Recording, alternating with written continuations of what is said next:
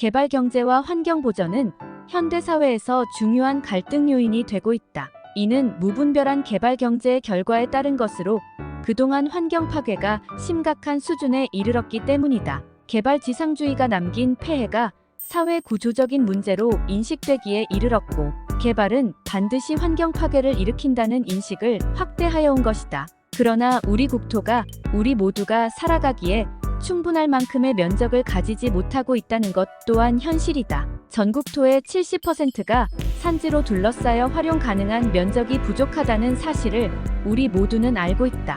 국가 정책이 필요에 의해 무분별하고 즉흥적인 개발이 이루어져 왔던 것이 문제다. 경제 발전이 시급했던 시절에는 우선순위가 개발에 치우쳐 있었고, 그 당시 장래의 환경 문제는 고려 대상이 아니었다. 이제는 우리가 복원할 것은 복원하면서 자연, 친화적인 도시 환경과 지역 개발의 장기적인 계획을 통해 국민의 공감을 얻기 위해 노력해야 한다. 이는 전반적인 국토 관리에 대한 장기적인 방향과 계획을 분명히 제시해야 하는 것이다. 도시 발전의 장점은 집중된 경제 효율성에 있다.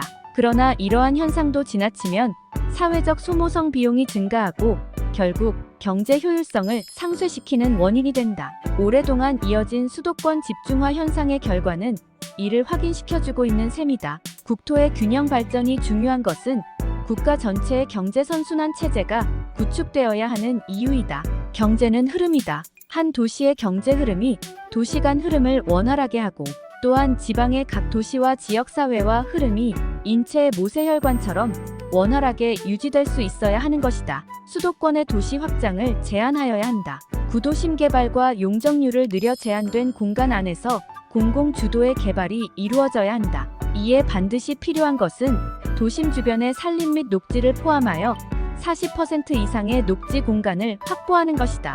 이러한 녹지 공간을 확보하는 데 있어 수해와 산사태, 산불 등의 재해 대책을 겸하여 우리 국토의 특징인 하천을 중심으로 하는 충분한 수변공원의 확보가 필요하다. 지방 주요 도시의 경우 국가기관 산업의 유치와 수도권, 인구 분산, 도시의 확장 등을 위한 목표를 두어 최소한의 계획위에서 수도권, 주요 도시에 적용된 녹지 조성과 수변공원 등의 자연 친화형 도시 건설 목표를 장기적으로 수립하여야 한다. 지방의 읍면 지역사회에 대한 장기 계획도 수립되어야 한다. 군소재지를 이루는 읍면 지역의 지역형 도시 계획도 구체화되어야 하고, 농어촌 지역의 토지 이용에 대한 계획도 새롭게 수립되어야 한다. 농어촌 지역의 자연 생태계를 보전하는 것은 물론이고, 반복되는 수해와 산사태, 대형 산불 등의 방제에 기반이 될 수 있는 재해지수를 전국적으로 조사하여 토지별 재해 등급 제도를 시행할 필요가 있다. 1차 산업의 기술 발전을 예상하고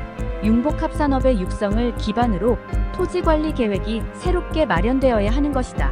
무엇보다 읍면 지역이 국가 경제에서 소외되지 않기 위해서는 농어촌 생활 환경의 획기적인 개선이 필요하다. 읍면 소재지 중심의 생활편의 시설이 집중되어 경제적 효과를 가질 수 있도록 설계되어야 한다. 체육시설 및 문화공간, 민속장터, 금융기관, 농협직 판장, 공공장례 및 예식장 등 주민편의 시설의 집중을 통하여 경제 효과의 시너지를 높일 수 있어야 하는 것이다. 주요 지방도시와 읍면지역을 연결하는 모세혈관의 역할을 하는 것이 관광산업이다. 읍면지역에 대단히 관광사업을 유치하는 것이 아니라 사람들이 지나가며 들릴 수 있는 조건을 만드는 것이다. 주민편의 시설의 집중을 통하여 지역 경제의 시너지 효과를 높이는 것이 관광으로 이어져야 한다. 그러나 지역사회의 특성인 자연과 인간이 공존하는 최상의 조건을 유지하는 것이 우선이 되어야 하지만, 관광개발에 의한 인위적인 구상은 오히려 지역사회의 공동체를 파괴하고 외부 자본에 의해 침식당할 수 있다.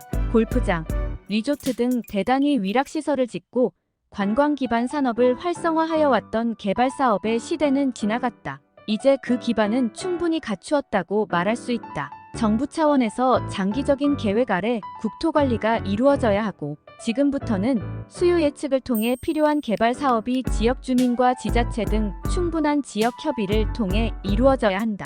국가 SOC 사업 중 교통망 구축은 중요한 정책이다. 그리고 이는 지속적으로 시행되어야 하는 사업 중에 하나다. 바다 위를 나는 위그선의 출현, 개인 비행수단이 보편화될 것이고, 여기에 날아다니는 택시까지 출연하고 있다. 심지어 각종 용도의 무인 드론의 출현 등 운송수단의 기술도 급속한 발전을 이루고 있다. 엄청난 국비가 투자되며 정치적으로 건설된 지방의 공항은 애물단지가 되었다. 지금도 인천, 김포, 김해, 제주공항을 제외하면 해마다 적자로 국비와 지방비가 낭비되고 있는 것이다.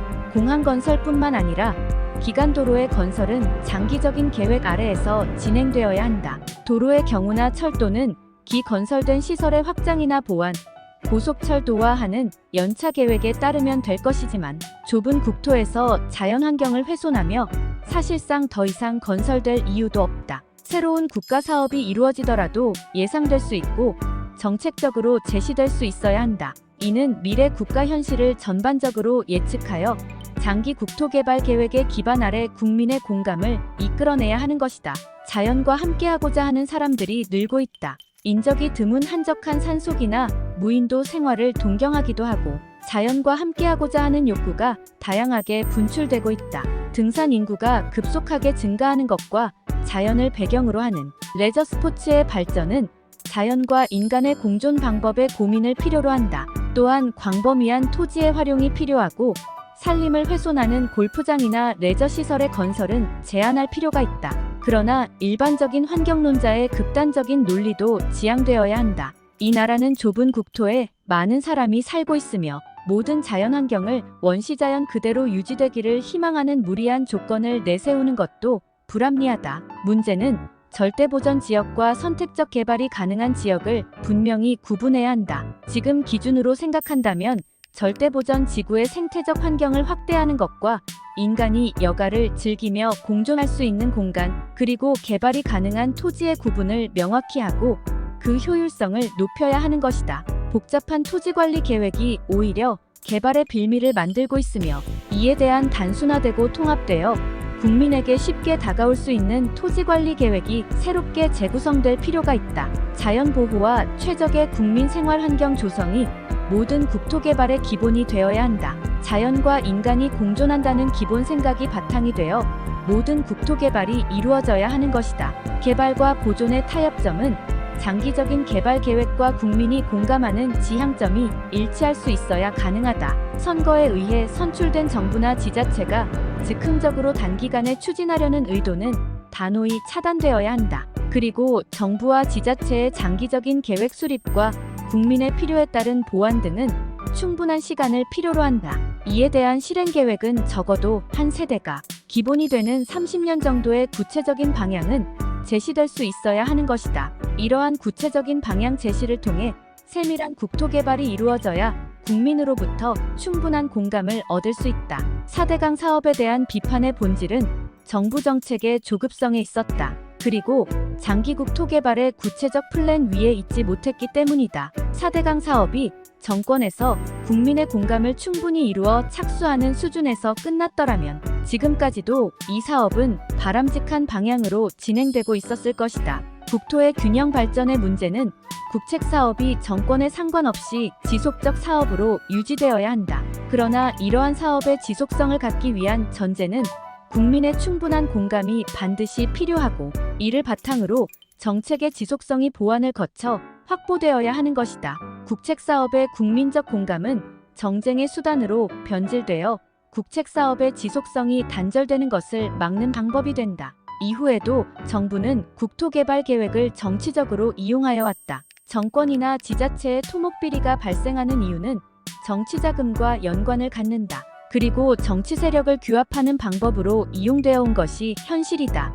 연간 국가 예산 중 SOC 관련 사업이 매년 수십조 원에 이른다. 이는 국방 예산을 훨씬 뛰어넘는 수준이다. 국가 재정 규모의 성장에 따른 SOC 사업 예산의 비율을 줄여나가야 하고 SOC 사업의 효율 극대화는 반드시 필요하다. 에너지 대책에 따른 대체 에너지 정책으로 태양 발전소를 허가하고 농지와 임야를 뒤덮은 정책은 실패한 정책이었다. 이는 국토 이용에 관한 효율적 운영에도 부합되지 않으며 환경보호라는 명분에도 맞지 않다. 사실상 민간의 투자를 유도하기 위해 사업의 규모를 확대하더라도 기건설된 도로, 주차장, 항만 부지, 수변 등의 공공용지의 활용성을 높여 공공주도의 민간 투자 사업으로 진행하여야 했던 것이다. 농지, 임야, 목장 등 국토의 상당 면적을 차지하고 있는 지목에 대하여 자연환경 보전을 기반으로 재편되어야 한다. 특히 임야와 목장 부지는 산업 구조와 연계하여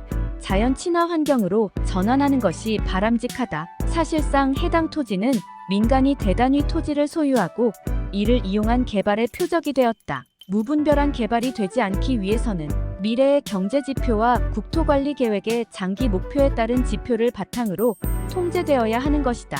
국토의 절대보호지역을 제외한 활용 가능한 토지의 녹화 비율과 재해 방지를 위한 안전지대의 확보 등 기본적인 지표가 만들어져 있어야 가능한 일이고, 이를 기본으로 하여 적극적인 개발이 허용될 수 있도록 해야 한다. 이러한 실천이 있어야 개발과 보전의 진정한 타협을 이룰 수 있는 것이다.